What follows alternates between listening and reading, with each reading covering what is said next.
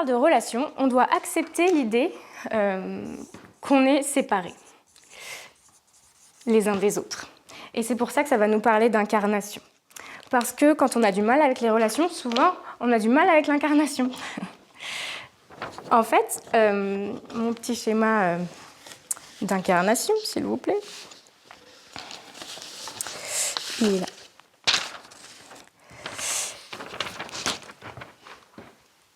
Moi, dans ma vision des choses, qui n'est pas que la mienne, qui, en tout cas, on partage celle-ci, c'est qu'on vient tous du grand tout, voilà. Le tout, appelons-le comme on veut, le un, le tout amour, ce que vous voulez. Et qu'en fait, on est pris dans un processus voilà, d'incarnation qui fait qu'on va se détacher à un moment donné, on va se détacher du tout pour devenir un individu, et on va être plusieurs à faire ça. Même beaucoup. Plusieurs milliards. Voire encore plus si on considère d'autres dimensions. Mais en tout cas, on va se retrouver les uns les autres séparés. Et en fait, accepter l'idée même qu'on est séparés, c'est accepter qu'on puisse du coup créer des liens, donc si je reprends, comme des petits atomes qui vont se rapprocher ou se repousser. Et ça fait partie du processus d'incarnation.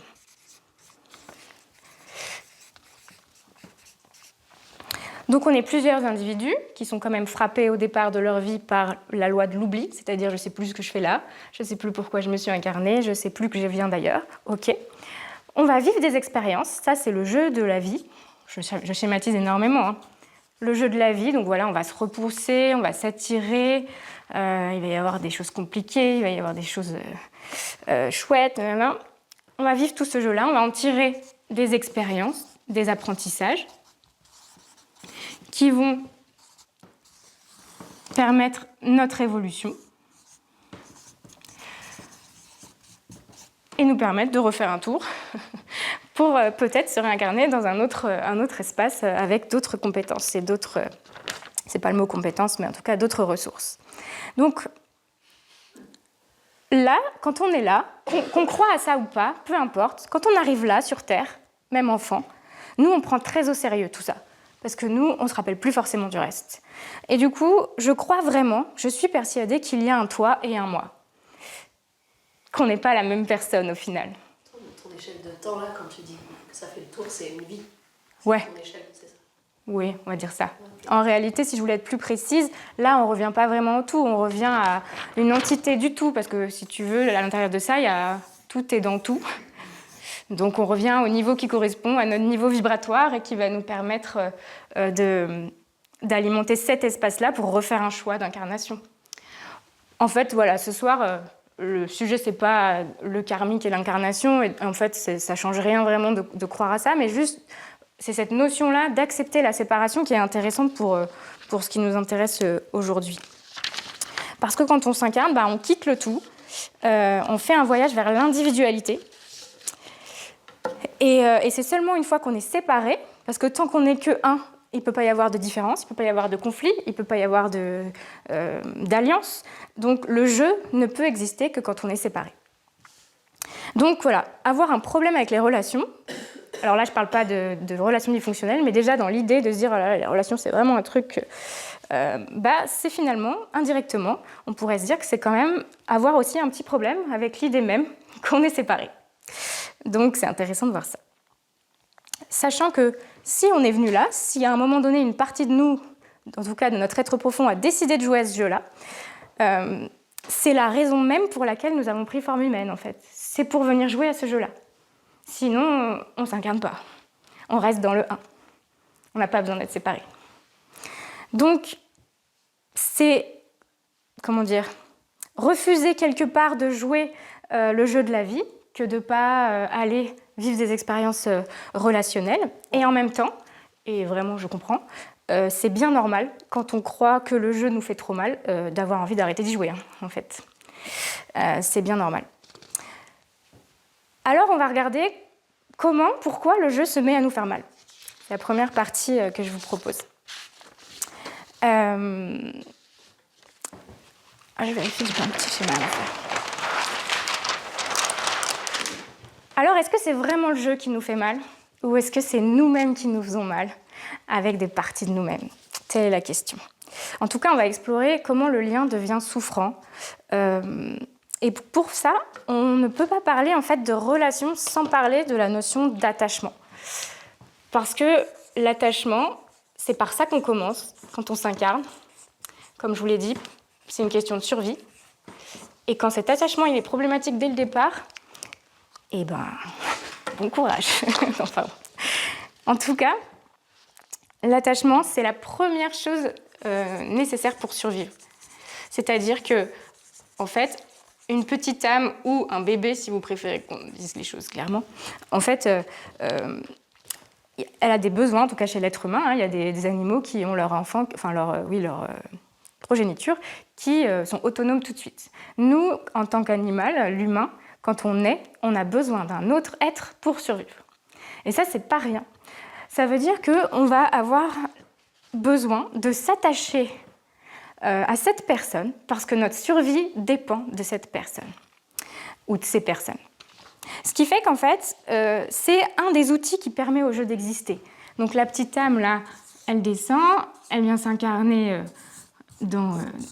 là, et ce qui permet de les attacher, eh ben, c'est l'attachement à quelqu'un.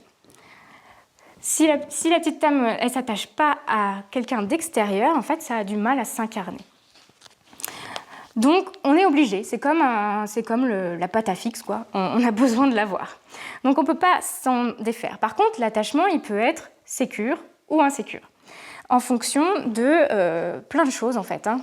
À la fois du contexte dans lequel on arrive, le contexte familial, sociétal, de l'endroit sur Terre où on s'incarne. En fait, il y a plein pas de critères, mais voilà, de paramètres, pardon, qui vont influencer sur cet attachement.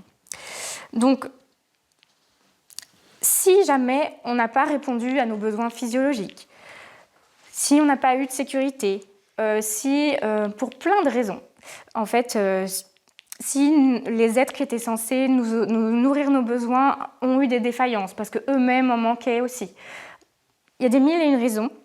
En fait, on va avoir du mal à s'incarner et à avoir un attachement sain. On va développer ce qu'on appelle un attachement, ça peut être traumatique ou simplement insécure. On n'est pas obligé d'aller dans l'extrême des curseurs. En tout cas, ça peut être intéressant, dans ces questions que je vous disais que je vous poserai au fur et à mesure, de vous demander est-ce que j'ai été correctement accueillie, nourrie dans les premiers instants de ma vie, et notamment les premières années. Il ne s'agit vraiment pas de faire un procès à mes parents. Certaines personnes ici sont parents aussi. En fait, l'idée, c'est vraiment de voir les choses telles qu'elles sont et pas forcément d'en vouloir à des êtres qui, de toute façon, ont toujours fait du mieux qu'ils pouvaient, avec ce qu'ils avaient, avec leur bagage, etc. On est, soyez sûrs, à peu près tous concernés par cette problématique d'attachement. C'est très rare, même si tout le monde ne vient pas en thérapie, c'est très rare que l'attachement soit fonctionnel en fait sur Terre. C'est-à-dire que c'est comme si le problème d'attachement était même une condition pour jouer le jeu derrière de la guérison et de la complication qui s'ensuit. Donc il existe quelques âmes, hein, c'est vrai, on ne peut pas dire que c'est du 100%, qui s'incarnent aujourd'hui sans ce problème-là, mais c'est parce qu'elles viennent vivre autre chose, apporter autre chose, et on est encore sur du plus que 99,9% de personnes à avoir un problème d'attachement. Alors, qu'est-ce qui va se passer quand on a ce problème au départ ?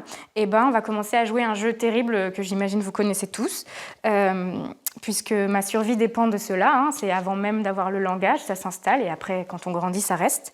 C'est comment il faut que je fasse pour être aimé par mes référents, par mes parents notamment, et puis plus tard, pour être aimé par les autres, donc par mes pères, que ce soit peu importe qui c'est autour de moi. Et donc, cette question va devenir plus que centrale, en fait. Qu'est-ce que je dois faire pour être aimée, même si on ne la conscientise pas comme ça. Ça va devenir, en fait, puisqu'on arrive dans un monde qui est comme ça, hein, c'est-à-dire qu'il y a des notions d'éducation, etc. Même si, alors pour un enfant, être aimé, c'est sentir qu'il a de l'attention et que ses référents sont contents et sont satisfaits. Donc, en tant que parent, on n'a pas l'impression de ne plus aimer notre enfant quand il fait quelque chose qui ne nous plaît pas. Mais pour un enfant, parfois, il peut l'interpréter comme ça. Donc, même si je suis gentille, par exemple, même si je suis sage, si je suis calme et discrète, même si je suis serviable, aidante, même si je suis intelligente, brillante, que je ramène des bonnes notes à l'école, et ainsi de suite à l'infini. Pourquoi c'est important? Parce qu'en fait, ce « on même si », il va devenir « je même si ». Donc, en grandissant, c'est moi qui, même si je suis gentille et qui me déteste et qui a un problème, si moi je suis méchante, ou alors je vais le projeter à l'extérieur, je vais me mettre à haïr tout ce qui ressemble à de la méchanceté autour de moi. Je me mets à me détester si je suis violente, colérique, parce que moi je m'aime si je suis gentille et calme. Donc on va commencer à... Moi j'aime bien prendre cette image, il y en a qui l'ont déjà sûrement entendue en soins, mais à mettre à la cave une petite version de moi, une version enfant, qui est, par exemple, si je dois être gentille pour être aimée, eh ben, je vais enfermer dans ma cave intérieure la version de moi qui désobéit, par exemple. Et donc, je vais la bâillonner, je vais l'enfermer, et je vais lui dire « Non, je ne veux pas être toi, parce que quand je suis toi, on ne m'aime pas. » Et puis, je vais l'oublier, parce que je vais grandir. Et puis, en fait, il y a des situations où je vais me trouver coincée, parce que je vais être obligée d'être gentille, puisque j'ai enfermé dans la cave celle de moi qui peut désobéir. Et donc, il y a des situations où je vais avoir envie de désobéir, mais en fait, je suis pieds et poings liés parce que j'ai mis dans la cave cette petite-là. Et donc, tout le travail, c'est d'aller la chercher. Donc, je vous raconte tout ça parce que sur tous les points dont je vous ai parlé, c'est pareil, en fait.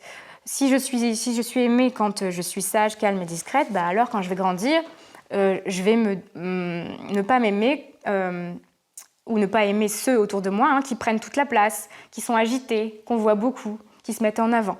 Ça va me faire travailler sur moi.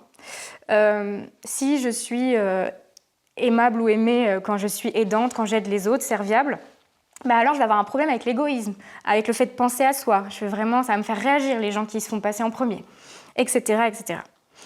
Moi, j'ai été aussi concernée par le dernier, donc je vous le dis quand même aussi. Donc si je m'identifie à quelqu'un d'intelligent, de brillant, en fait, je vais avoir un vrai problème avec la bêtise chez les autres, mais aussi chez moi. Donc je vais m'interdire la légèreté, de dire des choses débiles, de me tromper. Et donc, on va mettre la barre très très haut.